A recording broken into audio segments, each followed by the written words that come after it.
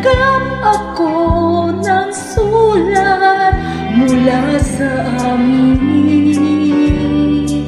Nagkalarawan doon ang marami kong alaala.